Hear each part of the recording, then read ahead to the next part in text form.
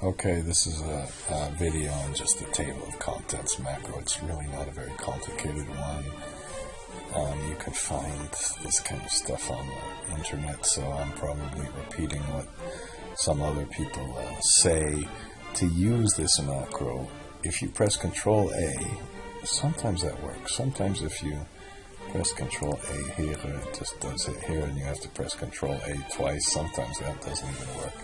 And when you press Control minus, that starts the macro again. Now, you would never want to put the table of contents in this one, so you might want to add something in the table of contents sheet that protects against this.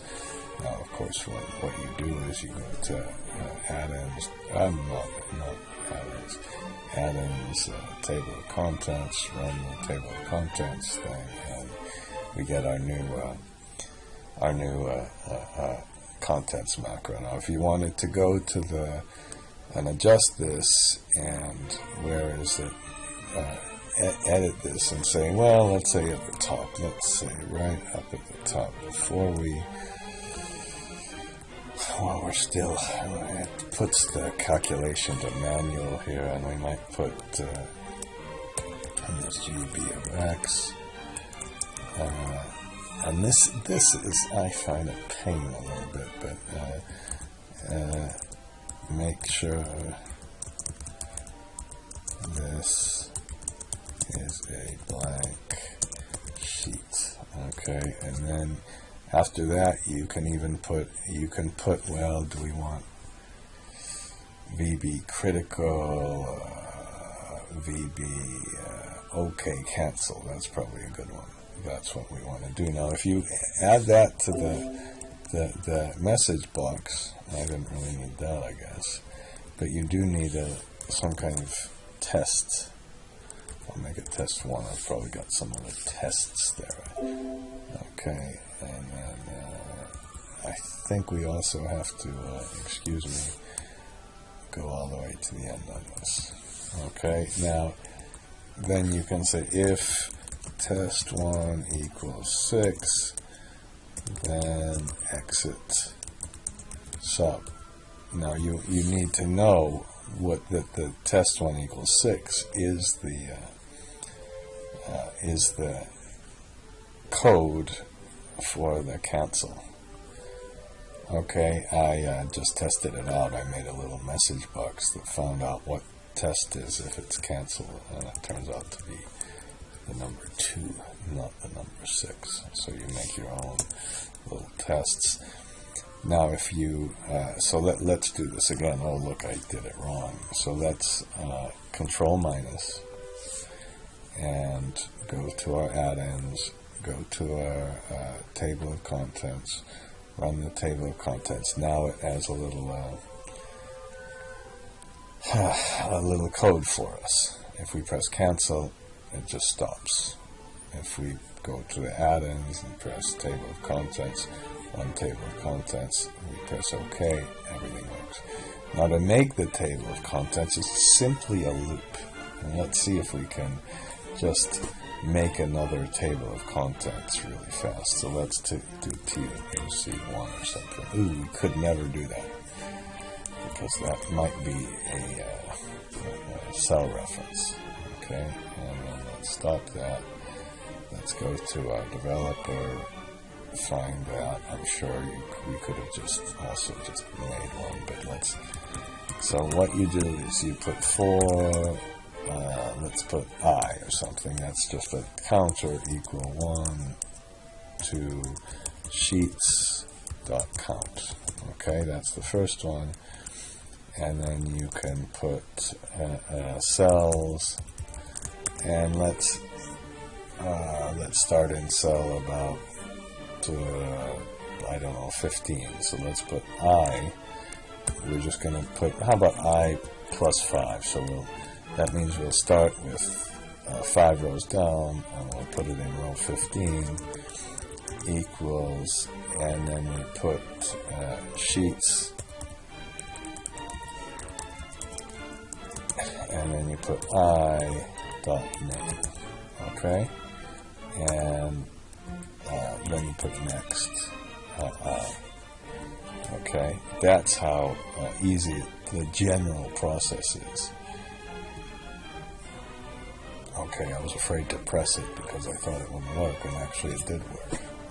That's just how easy it is. I press the go, and it just puts the list here. That's how easy it is to really just make a little bit of a list of all the sheets. In fact, in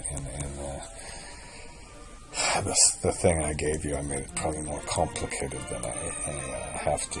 Now, the other thing I put here is you can make a little function that finds the file name, the date you saved it, and everything else. Now, these functions, okay, let's find these functions. Go to macros, and to find a function, I think we called what was this? Last saved functions. Now, if you put a function in, it doesn't list it in the name. So what I always do is put a little blank macro in. I'm sure there's a better way to do this. Now, if you use this application volatile, and then these are just functions, you can find them on the internet very easily and do all sorts of other things. It's not very complicated. They're just a function, and that gives you the full name, the last saved date by, and all of the rest of this. Okay, and you can kind of see I've doubled them. I've got too many because I was messing around with them. Now, this application volatile does not really work.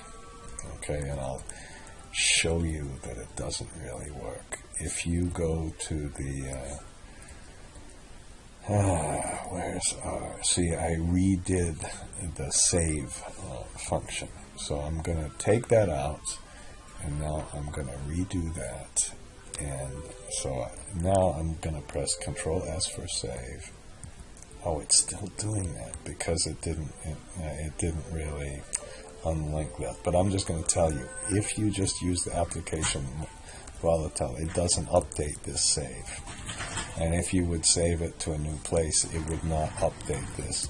In order to update the save, in order to make that really work, those functions, and I have no idea.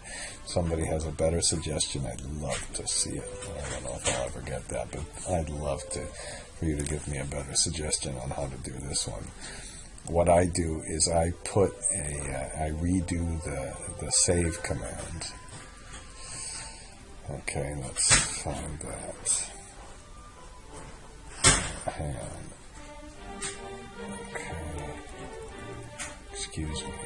Okay. Here's a table of contents. Here's this last saved functions. And I do the save without calculating. It's really saved with calculating now, but I just redo the save. This, you can switch it to manual to have it saved without calculating. Do this recalculation function, which you need to put recalculate full. Just the regular old calculate does not work. If you just do this calculate full, and then you can go back to the original calculation state, that will save it, and it will put the things in. Now, if you wanted not to do that, you could just put a little comment here, and that would take it out. Okay, and that's enough of this. www.financeinstitute.com for classes in really cool places like Prague,